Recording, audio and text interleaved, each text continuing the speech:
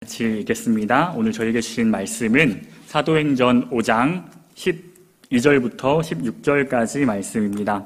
사도행전 5장 12절부터 16절까지 말씀을 우리 함께 번갈아 가면서 읽도록 하겠습니다.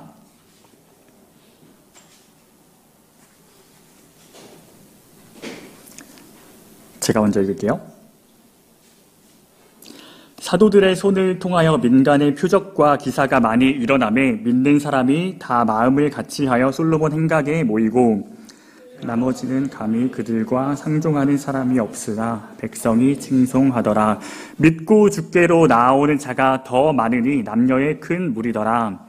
심지어 병든 사람을 메고 거리에 나가 침대와 요 위에 누이고 베드로가 지날 때에 혹 그의 그림자라도 누구에게 덮일까 바라고 함께 읽겠습니다.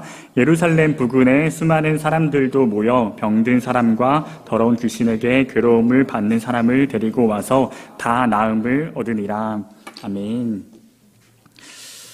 제가 어떠한 심리상담사 선생님이랑 대화를 한 적이 있는데요. 그분이 이런 말씀을 하시는 거예요. 이곳에 상담을 하러 처음으로 오신 분들은 굉장히 멀쩡한 모습을 하고 찾아온다고요. 근데 만남이 길어지면 길어질수록 그 마음의 병이 더 깊어지기라도 한 것처럼 표정에서 점점 생기가 사라져 간다는 거죠. 그 일을 시작한 지 얼마 안 됐을 때는 그것 때문에 정말 많이 힘드셨대요. 혹시 나와 상담을 하면 할수록 더 그 문제가 커지는 것은 아닐까라는 마음이 드셨던 거죠. 마음의 병이라고 하는 건 여러 종류가 있을 수 있겠지만 그중에서도 우울증이라고 하는 병은 최근에는 사회적으로 심각한 것처럼 여기지만 150년 전까지만 해도 없었던 병이었어요. 물론 마음의 문제가 없었다는 것은 아니고 병이라고 진단하지 않았던 거죠. 역사적으로 예술계에서는 오히려 그런 우울한 마음을 문제라고 여기지 않았습니다. 혹시 멜랑콜리라는 단어를 들어보신 적이 있나요?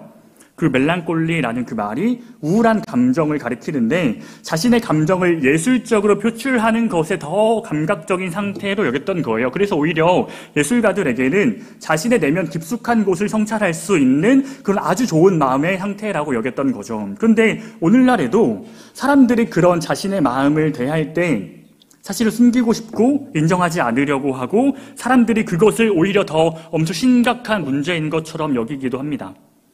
저 최근에 박보영 님이 나오는 드라마를 하나 본 적이 있었는데요. 혹시 정신병동에도 아침이 와요 라는 드라마를 보신 적이 있나요? 안 보셨더라도 스포 좀 할게요. 괜찮죠? 거기에 출연한 박보영 님이 정신병동의 간호사 역할로 등장을 하시는데 그 병원에서 일어나는 어떤 한 사건을 겪게 된 이후에 심각한 무기력증에 빠지게 됩니다. 처음에는 괜찮다고 조금만 쉬고 다시 곧 일어나서 출근할 거예요 라고 이야기를 하는데 주변 사람들이 보기에는 너무 괜찮아 보이지 않는 거죠. 그래서 그 어머니가 우리 보영 님을 강제로 병원에 입원시키셨어요. 처음엔 당연히 인정하지 않고 내가 정신병동의 간호사이고 난 전문가인데 저 괜찮아요, 저 내보내주세요 라고 하는데도 병원에 갇히면 내보내지를 않는 거예요. 자신이 간호사로 일했을 때는 환자들이 약을 먹는 것도 끝까지 지켜보고 그들을 돌봐주었는데 정작 내가 환자가 되었을 때 내가 돌봤던 그 환자들과 똑같이 약을 먹지 않으려고 하고 문제가 있다고 여겼던 그 사람들처럼 똑같이 자신의 병을 부정하는 것처럼 행동을 하는 거죠.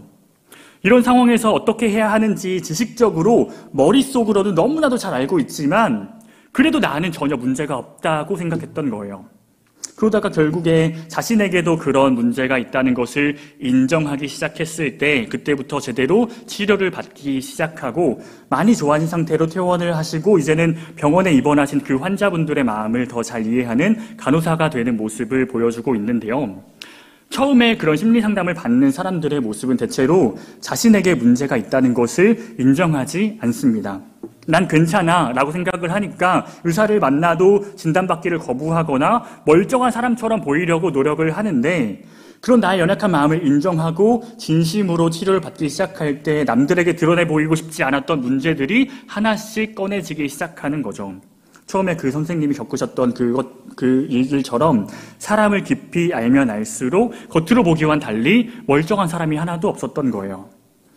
내 안에 있는 문제, 내 연약함을 있는 모습 그대로 직면할 때 우리에게는 비로소 그 문제를 해결할 수 있는 상태, 치료를 받을 수 있는 상태가 된다는 것을 말해주고 있는 것 같습니다.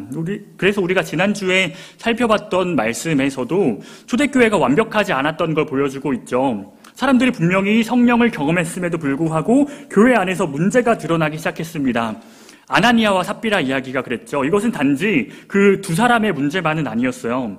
그들은 하나님께서 내 마음을 알고 계시다는 것을 인정하지 않았죠. 그리고 아나니아와 삽비라의 이야기를 듣게 된 다른 사람들은 그들의 죽음을 통해서 나도 그럴 수 있겠구나, 나도 내 마음을 제대로 알지 못한 채 그들처럼 죽어갈 수 있겠구나라는 그 두려운 마음이 찾아왔다고 이야기했습니다. 나도 내 마음으로 언제든지 하나님을 떠날 수 있겠구나라는 마음이 들었던 거예요. 그리고 오늘 이어서 본문 12절 말씀을 보니까 예수님의 제자들이 사람들 사이에서 놀라운 일들을 많이 보여주었고 마음을 같이 하는 사람들이 이 솔로몬 광장에 모여 있었다고 합니다. 지난주에 저희가 3부 예배가 끝나고 잠깐 다 같이 모여서 케이크를 먹었던 적이 있었는데 그때 이제 사람들이 교회를 옮길 때 어떤 자신만의 기준이 있다는 이야기를 했었어요.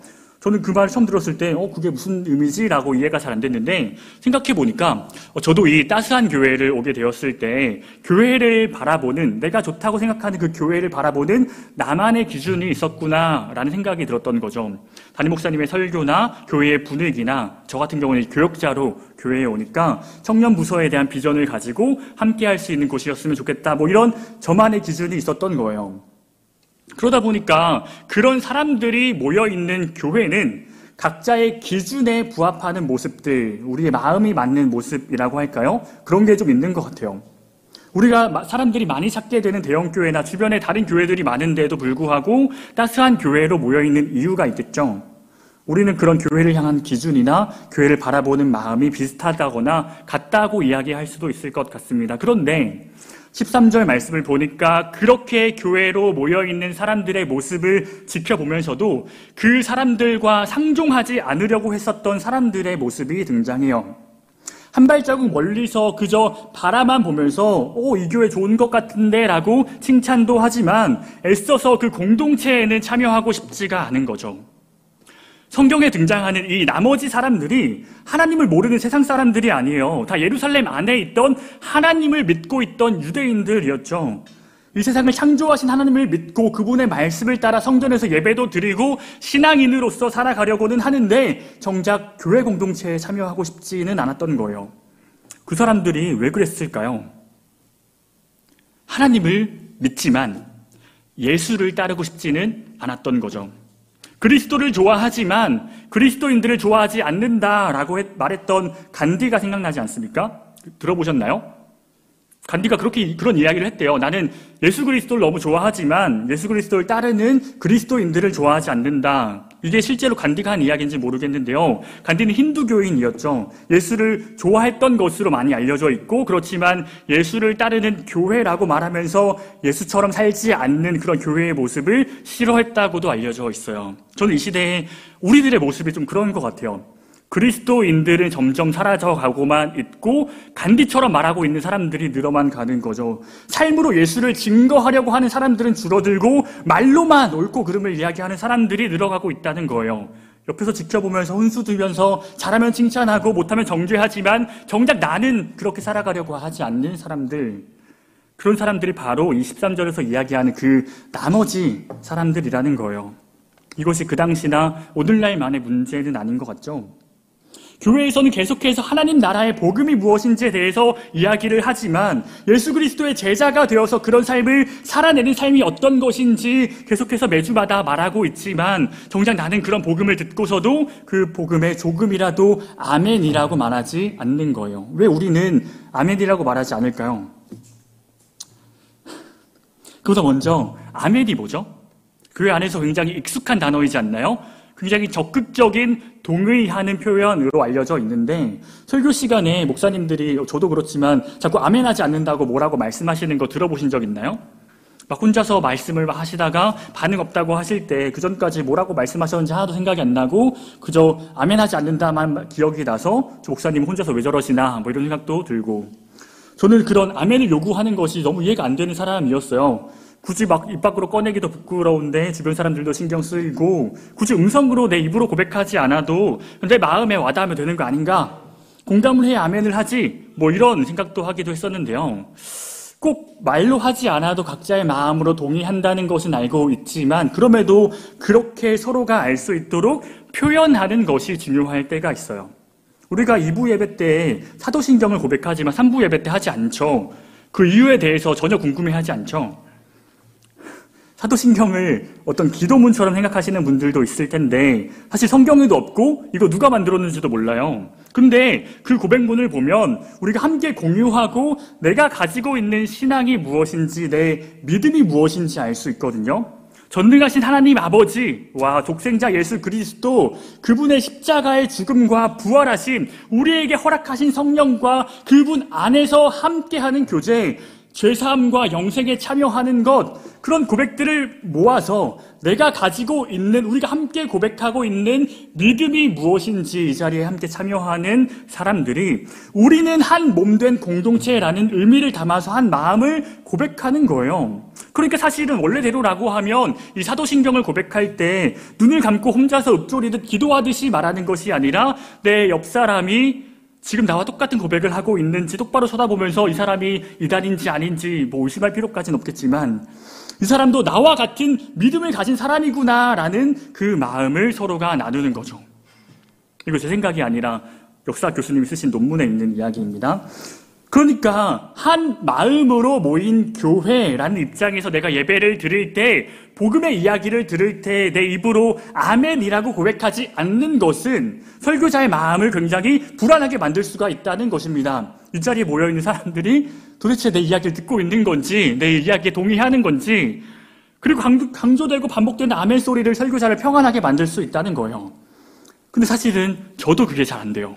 부끄럽기도 하고, 기도할 때 막 먼저 문장 단위로 아멘이라고 고백하시는 분들도 계시지만 저는 끝날 때 하면 되지 뭐하러 막 이런 생각도 했는데요. 근데 저도 가끔은 소리를 내서 그렇게 아멘이라고 고백할 때가 있는데, 그때가 언제냐면 내가 간절할 때, 나에게 꼭 필요한 말씀과 기도였을 때, 그때 저도 모르게 남들 눈치 보지 않고 아멘이라고 툭 튀어나올 때가 있어요. 얼마 전에 교역자들끼리 이제 모여서 회의하고 손진아 목사님이 마무리 기도를 해주시는데 그때 이렇게 기도하시는 거죠. 우리 박영 전도사님 집 잘 구해질 수 있도록 인도해 주시고라는 말이 저도 모르게 아멘이라고 막 튀어나오는 거예요. 그럼 나의 모습을 보니까 평소에 사람들이 상투적으로 그냥 하는 말이 아니라 나는 그 사람들의 간절한 그 고백을 그냥 상투적인 것처럼 생각해서 내 입 밖으로 꺼내주고 싶지도 않고 굉장히 부끄러운 마음을 느꼈는데, 사실은 나에게 무엇보다 간절한 필요가 있을 때 내가 가장 갈급하게 여기는 것을 향해서는 나도 하나님께서 나를 위해서 그렇게 일해주시길 바라는 그 마음의 간절함을 담아서 아멘이라고 고백을 하는구나라는 걸 느끼게 된 거죠. 저도 말씀을 듣거나 다른 분들의 기도를 들을 때 그들을 칭찬하고 멀리서 지켜보지만 그것에 함께 참여하지 않았던, 감히 상종하려고 하지 않았던 그 사람들의 모습과 하나도 다를 바가 없었던 사람이었다는 그 마음을 깨닫게 된 거예요.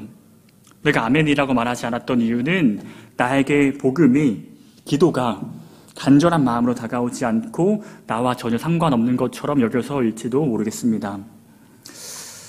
그렇다면 반대로 교회를 멀리서 지켜만 보고 있지 않고 주님 앞에 나아갔던 사람들은 어떤 사람들이었을까요? 저희 14절 말씀을 먼저 읽어볼까요? 믿고 주께로 나아오는 자가 더 많으니 남녀의 큰 무리더라. 믿음으로 주님 앞에 나오는 사람들이 그저 지켜만 보고만 있는 사람들보다 더 많았는데 남녀의 큰 무리라고 말하죠. 이것을 굳이 남녀라고 말할 필요가 있었을까라는 생각이 들지만, 앞서서 살펴보았던 그 아나니아와 삽비라, 그 두 부부의 이야기를 떠올려 보면 그들이 각각 다른 시간에 예배에 참여하면서 서로의 마음 상태에 대해서 알지 못했죠. 그런 모습에 교훈이 담겨져 있는 것 같아요. 가정 안에서 남자와 여자가 주님 앞으로 함께 나아오는 그 모습들 를 보여주고 있는 것 같습니다. 그리고 더 중요한 건 이어서 15절과 16절 말씀인데요. 이거는 바른 성경 버전으로 함께 읽도록 하겠습니다. 우리 15절과 16절 말씀을 이어서 읽겠습니다. 심지어 병든 자들을 큰 길로 메고 나와 침상과 자리에 두고서 베드로가 지나갈 때에 그들 중 누구에게 그림자라도 덮이기를 바랐다. 예루살렘 주변 성읍들에 사는 큰 군중도 병든 자들과 더러운 영들에게 괴로움을 당하는 자들을 데리고 모여들었는데 그들이 모두 고침을 받았다. 주님 앞으로 나와왔던 그 사람들, 그의 제자들 앞에 섰던 사람들은 다른 누구보다도 자신의 그런 연약함을 인정하고 있는 사람들의 모습이었습니다. 병들었던 사람들, 더러운 영에게 고통을 받고 있는 사람들, 내가 낫기를 간절히 바랬던 그 치유에 갈급한 마음이 있었던 사람들이었죠. 개역개정에서 더러운 영이라고 하는 것, 더러운 귀신이라고도 쓰여져 있는데요. 영이라든지 귀신이라고 말하니까 진짜 뭔가 오해가 많이 생겨요. 어떤 치유사역 이런 이야기를 들으면 귀신이 쓰였으니까 자꾸 뭘 해야 된다고 이상하게 돈을 요구하기도 하고, 어떤 영화 이야기처럼 여기서 말하는 귀신이라고 쓰여진 말은 어떤 영적인 존재나 사탄을 가리키는 것이 아니고 원어로 보면 푸뉴마톤이라는 단어인데 숨, 호흡 이런 의미를 가지고 있어요. 구약에서 네페시, 생명 이런 뜻이나 신약에서 푸뉴마라고 할 때 영이라고 주로 번역을 하는데 원래의 의미는 호흡하는 것, 숨을 쉰다는 거죠. 그래서 사람들이 제대로 호흡하지 못하거나 숨을 쉬지 않으면 현대의학에서는 폐기능 저하 이렇게도 말할 수 있겠지만, 의학적인 지식이 없는 사람들은 영혼이 상했다, 영적인 문제가 있다 이렇게도 말할 수 있겠죠. 어떤 게 잘못된 표현이라고 말할 수는 없을 것 같은데요. 근데 이 성경을 기록한 사람, 이 누가는 직업이 의사였죠. 골로새서 말씀을 보면 바울이 누가를 가리켜서 의사라고 말하는데, 그래서 보통의 성경 저자들은 이해할 수 없는 일에 대해서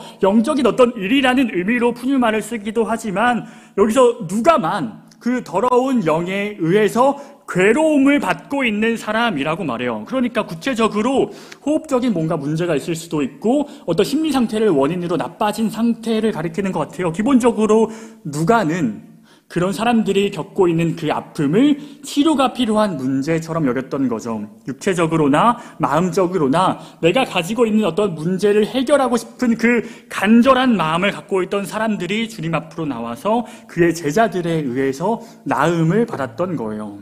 그러니까 나에게 문제가 전혀 없다고 생각했던 사람들은 저런 것도 가능해? 저렇게 살 수 있어? 대단한데? 라고 멀리서 지켜만 보면서 말로만 판단하지만 진짜로 나에게 문제가 있다는 것을 직면하고 그것을 해결하기 위한 갈급함, 간절한 마음이 있었던 사람들은 주님 앞에 그 공동체를 향해서 나아갔던 거예요.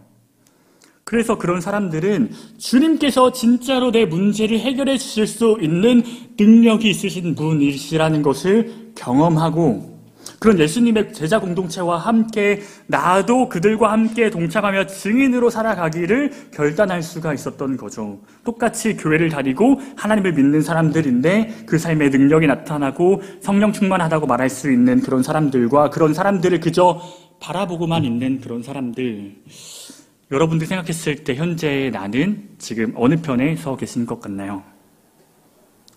우리가 이제 오늘부터 청년부에서 자체적으로 풍삼기 양육을 진행하는데요. 신청자가 3명이나 있어요. 감사합니다. 그분들이 어떤 마음으로 양육을 신청했는지 저는 아직 잘 모르겠는데, 이제 그런 생각을 잠깐 해봤어요. 만약에 여기 있는 우리 모두가 다 같이 동의할 수 있는 그런 양육의 전문가가 와서 똑같이 신청을 받았으면 어땠을까? 유명 연예인이나 제 친구 아이유가 와서, 친구예요. 나이만 성경 공부를 인도한다면 이런 상상을 가끔씩 합니다. 사실은 하나님의 말씀을 더 깊이 알고 싶은 갈급함 때문이 아니라 그런 전문가라는 타이틀이나 아이유라서 신청하는 사람들도 있겠죠. 마음의 말씀에 대한 갈급함이 있는 사람들은 누가 와서 그 모임을 인도해도 그 갈급한 마음 때문에 신청하겠지만, 그런 마음이 없는 사람들은 사실은 아이유나 특별한 이유가 있지 않으면 그것을 하겠다라는 그 마음이 들지 않는 거죠. 그래서 한편으로는 그 신청자들이 정말 대단하다, 나아지고자 하는 갈급함이 있구나라는 생각이 들었어요. 이것은 다른 영역에서도 마찬가지입니다. 사람들은 내 마음이 향하지 않는 곳에 나아가지 않아요. 그래서 제가 우리 청년들한테 이거 이렇게 했으면 좋겠어요, 우리 이렇게 해야 돼요, 기도해야 돼요, 섬겨야 돼요, 이거 해요 저거 해요 이런 말들을 굳이 잘 하지 않으려고 하는데, 잘 찾아보면 했을 텐데 잘 하지 않으려고 노력하고 있어요. 근데요, 하나님께서는 분명히 우리 가운데 우리와 함께 계시며 우리의 그런 쉽게 변하지 않는 나의 그런 마음들을 고쳐주시기 위해서 허락하신 그 계획해 놓으신 일들이 있거든요. 욥기의 이야기가 그렇습니다. 사탄이 하나님의 허락을 받아서 욥의 것을 전부 갈취해 간 사건, 우리에게 찾아올 수 있는 여러 고난들이 하나님 때문이라는 말이에요. 욥이 고통을 받았을 때 하나님한테 나를 왜 태어나게 하셨냐고, 이럴 거면 일찍 죽게 하시지 왜 지금까지 살려주셔서 고통받게 하셨냐고 이런 원망을 하는데요. 사실은 저는 이런 말을 엄마한테나 했지 이럴 거면 왜 낳았냐고 하면서 그래 보신 적 없나요? 마음이 답답하니까 자꾸 다른 사람들을 탓하고 싶고, 그럼 해결이 되나요? 다투기만 해요. 근데 오늘 본문 15절 16절 나와 있는 사람들의 고통도 똑같죠. 그리고 그 일이, 나에게 찾아왔던 그 고난이 하나님 때문이라는 것을 고백하고 그렇게 믿고 있는 사람들은 또한 그 문제를 해결해 주실 수 있는 분도 하나님이시라는 것을 믿고 있었던 거예요. 그래서 어떤 사람들이 고난이 축복이다라는 그 이상한 말을 아무렇지 않게 하는데요. 그런 믿음이 그들한테는 있는 거죠. 저도 그렇게 믿고 있고, 아직까지 나에게 하나님을 향한 그 마음의 갈급한 마음, 나에게 하나님을 따를 만한 이유가 전혀 없다고 생각했던 그런 마음들로 인해서 아직까지 나에게 그 사람들이 믿었던 그 믿음의 순간이 찾아오지 않았다면, 내 마음에 여전히 예수 그리스도를 향한 갈급한 마음이 없다면, 내 마음을 변화시키시는 하나님을 내가 아직까지 경험하지 못했다면 굳이 고난을 달라고 기도하진 않으셔도 됩니다. 진짜 고생하니까.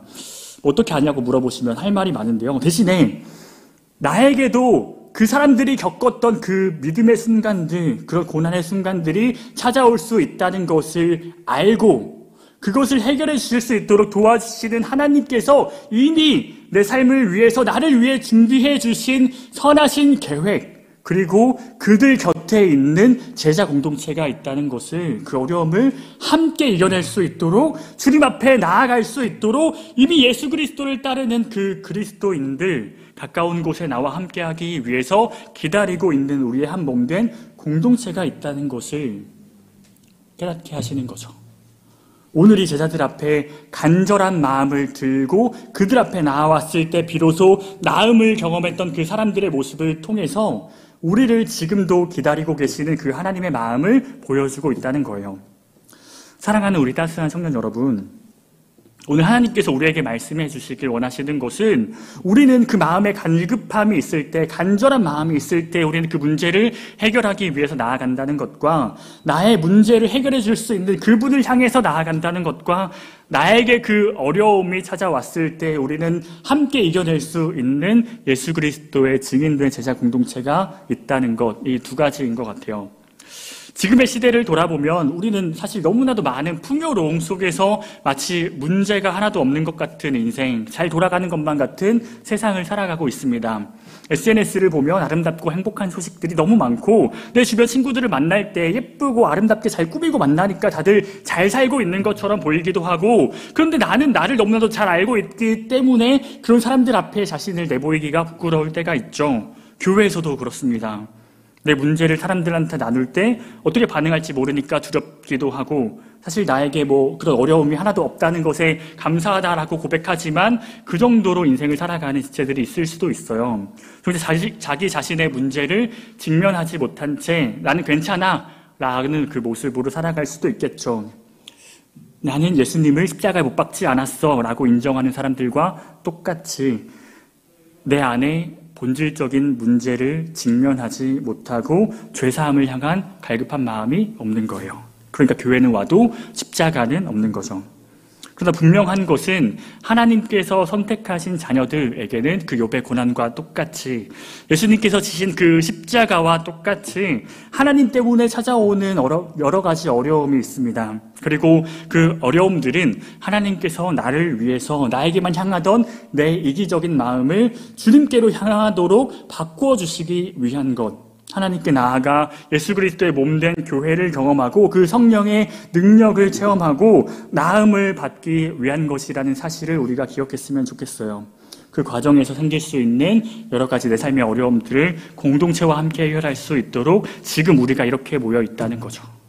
그러니까 우리 서로의 마음을 열고 서로 사랑하기 위해서 했을 때 그 하나님께서 이 공동체에 예비하신 은혜, 교회의 풍성함을 더 누릴 수 있게 될 거예요. 여전히 나에게 아멘이라고 하는 그 말씀과 기도를 향한 갈급함이 없을 때, 혹은 마음은 있지만 어찌할 줄 모를 때, 지금 내 마음의 문제를 돌아보면서 이미 그것을 해결하시기 위해서 계획하신 하나님과 더 깊은 관계를 맺을 수 있도록, 그렇게 우리가 세상을 살아가면서 하나님의 나라의 평안이 무엇인지 경험할 수 있는 우리 따스한 공동체가 되기를 간절히 소망합니다. 우리 함께 마지막으로 고백했던 우리 내가의 급함 찬양하고 우리 기도로 나아갔으면 좋겠습니다. 우리 함께 한 마음으로 고백하면서 나아가도록 하겠습니다.